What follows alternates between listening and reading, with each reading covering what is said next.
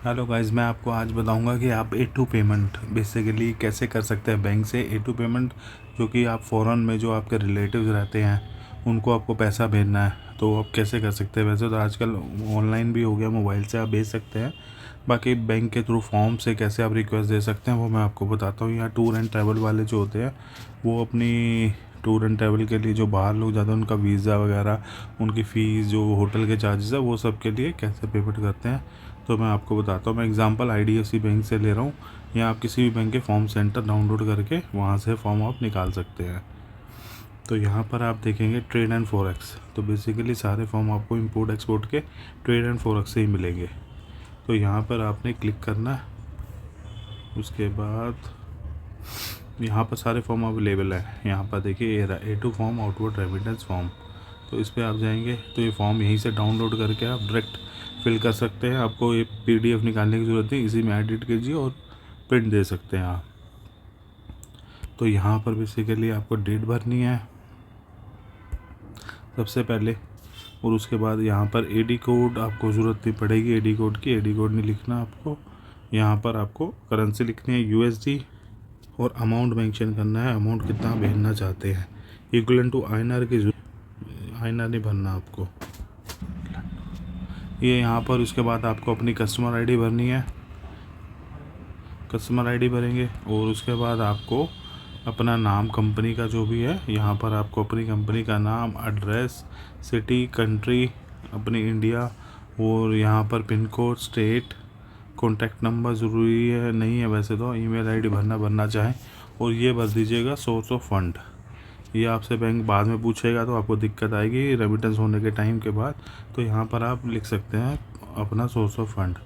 उसके बाद वैसे, और उसके बाद आपको भरना है यहाँ पर बेनिफिशियरी मतलब फ़ॉरेन पार्टी का नाम, उसका एड्रेस, उसका अकाउंट नंबर, और बैंक का उसका नाम, बैंक का एड्रेस, स्विफ्ट कोड, और IBAN नंबर है तो वो आप भर सकते हो।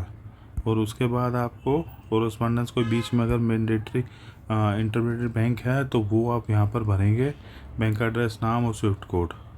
और उसके बाद आप नीचे आ जाएंगे। यहाँ पर आपको भरनी है करेंसी, USD है, GBP है, यूरो है, वो आपको यहाँ पर भरना है। और यहाँ पर इन फिगर्स में लिखना है, और अमाउंट इन वर्ड्स यहाँ पर लिखना है, और अमाउंट नंबर्स में यहाँ पर आएगा, और फिगर अमाउंट इन वर्ड्स यहाँ पर आप भर दीजिए। और INR currency INR equivalent to, यहाँ कोई ऐसा ज़रूरी नहीं है वैसे ये भरना, तो आप इसको छोड़ सकते हो। यहाँ पर आपको स्टैम्प और साइन करने हैं। और इसके बाद आप नेक्स्ट पेज पे आ जाएंगे। यहाँ पर आप ये चार्जेस जो होंगे, फॉरेन बैंक चार्जेस आप अपने पे बेयर करना चाहते हैं, $20 से $25 होता है, ये आपके होंगे। पेमेंट होने के बाद लगते हैं, पेमेंट के टाइम कट जाते हैं। यहाँ पर अगर करते हैं तो पार्टी के कटेंगे, यहाँ करेंगे तो दोनों के आधे आधे शेयर हो जाएंगे।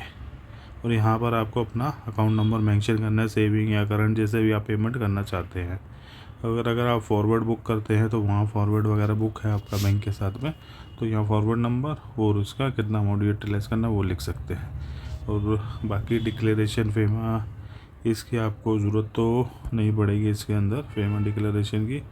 और यहाँ पर आपको साइन नेम, यहाँ पर नेम कंपनी का, डेट, और यहाँ पर स्टैम्प साइन करने हैं। और ये वाला सेक्शन बैंक के लिए आप छोड़ सकते हैं, नीचे वाला ये ज़रूरी नहीं है। और ये पर्पस कोड्स वगैरह ये छोड़ दीजिए। और इस तरह से आप अपना A2 पेमेंट कर सकते हैं। A2 पेमेंट के लिए बेसिकली आप इसमें आपको फॉर्म, इनवॉइस, और साथ में जो पैसेंजर जा रहा है उसका नाम देना होगा, उसका पासपोर्ट नंबर हो गया, उसका पैन कार्ड नंबर हो गया, वो आपको बैंक को प्रोवाइड करना पड़ेगा। और साथ में एक्सेल एक बना के बैंक को आप दे सकते हैं, और आपकी ये पेमेंट प्रोसेस हो जाएगी।